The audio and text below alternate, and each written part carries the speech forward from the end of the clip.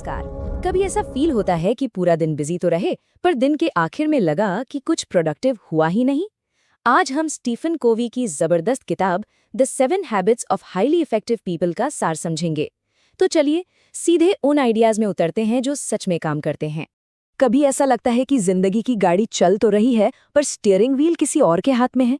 मतलब हम सिर्फ हालातों पर रिएक्ट कर रहे हैं, उन्हें अपने हिसाब से चला नहीं पा रहे हैं। ये फीलिंग काफी कॉमन है और ये किताब इसी प्रॉब्लम का एक बहुत ही प्रैक्टिकल सॉल्यूशन देती है। कोवी का सबसे पहला और शायद सबसे गहरा आइडिया ये है कि असली असर हमारे एक्शन से नहीं बल्कि हमारे नजरिए से शुरू होता है। मतलब सब कुछ इस पर डिपेंड करता है कि हम दुनिया को देखते कैसे हैं। इससे कोवी पैराडाइम कहते हैं। आसान भाषा में ये दुनिया को देखने का हमारा चश्मा है या हमारा दिमागी नक्शा। और जरा सोचिए, अगर हमारा नक्शा ही गलत हो तो फिर हम चाहे कितनी भी तेजी से भागें, सही मंजिल तक पहुंचना तो नामुमकिन है ना?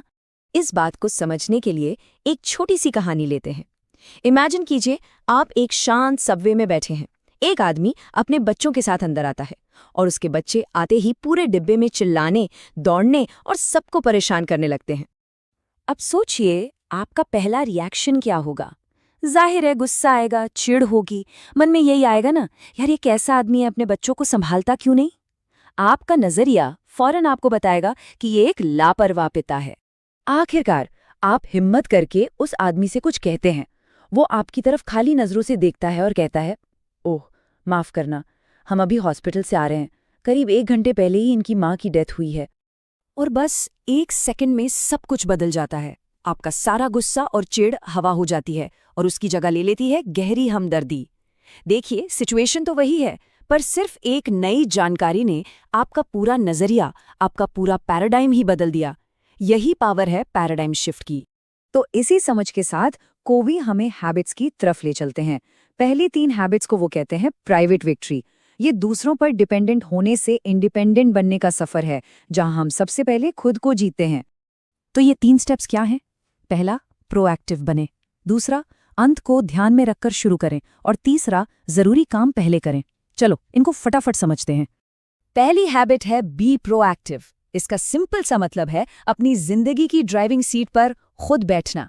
आप सिर्फ हालातों पर रिएक्ट नहीं करते बल्कि अपनी वैल्यूज के आधार पर एक्शन लेते हैं। सीधी बात, आप अपनी लाइफ के ड्राइवर हैं, पैसेंजर नहीं। दूसरी हैबिट है begin with the and in mind. मतलब पहले ये तो पता हो कि जाना कहाँ है।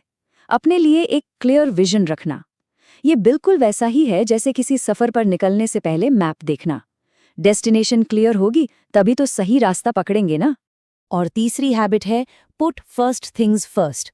ये सिर्फ टाइम मैनेजमेंट नहीं है, उससे कहीं ज्यादा है। ये उन चीजों पर फोकस करना है जो इम्पोर्टेंट है, ना कि सिर्फ उन पर जो अर्जेंट है। रोज रोज की आग बुझाने के बजाय ये उन कामों को करने के बारे में है जो आपके बड़े गोल्स को पूरा करते हैं। तो जब ये प्राइवेट विक्ट्री हासिल हो जाती है तब हम अगले लेवल के लिए तैयार होते हैं, पब्लिक विक्ट्री। ये इंडिपेंडेंस से इंटरडिपेंडेंस का सफर है, जहां हम दूसरों के साथ मिलकर कुछ बड़ा करना सीखते हैं। तो इसके लिए अगली 3 हैबिट्स हैं। विन विन सोचें, पहले दूसरों को समझें, फिर अपनी बात समझाएं और सिनर्जी बनाएं। बेसिकली ये सब हेल्दी रिलेशनशिप्स और जबरदस्त टीम वर्क के बारे में है। चौथी हैबिट थिंक विन विन हमें सिखाती है कि लाइफ कोई कंपटीशन नहीं है। ये या तो मैं जीतूंगा या तुम वाली सोच से आगे बढ़कर ऐसे सॉल्यूशंस ढूंढने के बारे में है जहां सबकी जीत हो। और छठी हैबिट सिनर्जी, ये टीम वर्क की मैजिकल पावर है, जहां 1 and 1 मिलकर 3 बन जाते हैं। मतलब टीम कुछ ऐसा क्रिएट करती है जो कोई अकेला कभी नहीं कर सकता था। पर इन सब में शायद सबसे पावरफुल हैबिट है नंबर 5, पहले समझें फिर समझाएं। सोचिए, हम में से कितने लोग सच में समझने के लिए सुनते हैं? ज्यादातर तो बस इसलिए सुनते हैं कि रिप्लाई क्या करना है, जबकि सच में दिल से सुनना किसी भी रिश्ते को मजबूत बनाने और हर प्रॉब्लम को सॉल्व करने की चाबी है। और अब आती है वो आखिरी हैबिट जो बाकी सभी हैबिट्स को जिंदा रखती है और लंबे समय तक असरदार बनाए रखती है। वो है लगातार खुद को बेहतर बनाना। 7वीं हैबिट है शार्पन द सॉ, यानी आरी को तेज करना। सोचिए, एक लकड़हारा अगर उसकी आरी ही तेज ना हो तो वो पेड़ कैसे काटेगा? ठीक उसी तरह हमें भी खुद को रिचार्ज करने की ज़रूरत है। अपनी बॉडी, माइंड, हार्ट और स्पिरिट, इन चारों को रिन्यू करने के लिए टाइम निकालना बहुत ज़रूरी है। ओके, अब 1 मिनट के लिए वापस चलते हैं पहली हैबिट पर, क्योंकि उससे जुड़ा एक ऐसा टूल है जो शायद इस पूरी किताब का सबसे पावरफुल कॉन्सेप्ट है। कोवी 2 सर्कल्स की बात करते हैं, सर्कल ऑफ कंसर्न और circle of influence. Circle of concern में वो सारी चीजें आती हैं जिनकी हमें चिंता तो होती है पर उन पर हमारा कोई कंट्रोल नहीं होता। वहीं सर्कल ऑफ इन्फ्लुएंस में वो चीजें आती हैं जिन्हें हम सीधे तौर पर कंट्रोल कर सकते हैं। जैसे न्यूज़ में क्या चल रहा है, इकोनॉमी का क्या हाल है, या दूसरे लोग हमारे बारे में क्या सोचते हैं, ये सब हमारे सर्कल ऑफ कंसर्न में हैं। लेकिन हमारा एटीट्यूड कैसा है, हम कौन सी नई स्किल सीखते हैं और हम क्या एक्शन लेते हैं, ये सब हमारे सर्कल ऑफ इन्फ्लुएंस में है। और यही है सबसे बड़ा सीक्रेट। हाईली इफेक्टिव लोग अपनी सारी एनर्जी और फोकस अपने सर्कल ऑफ इन्फ्लुएंस पर लगाते हैं। वो उन चीज़ों पर टाइम वेस्ट नहीं करते जिन्हें वो बदल नहीं सकते। इसके बजाय वो उन चीज़ों पर काम करते हैं जिन्हें वो बदल सकते हैं। तो आज के इस क्विक डिस्कशन से मेन बातें क्या हैं? पहली, आपका नज़रिया ही आपकी हकीकत तय करता है। दूसरी, दूसरों से डील करने से पहले खुद को मास्टर करें। तीसरी, सिर्फ जवाब देने के लिए नहीं बल्कि सच में समझने के लिए सुने।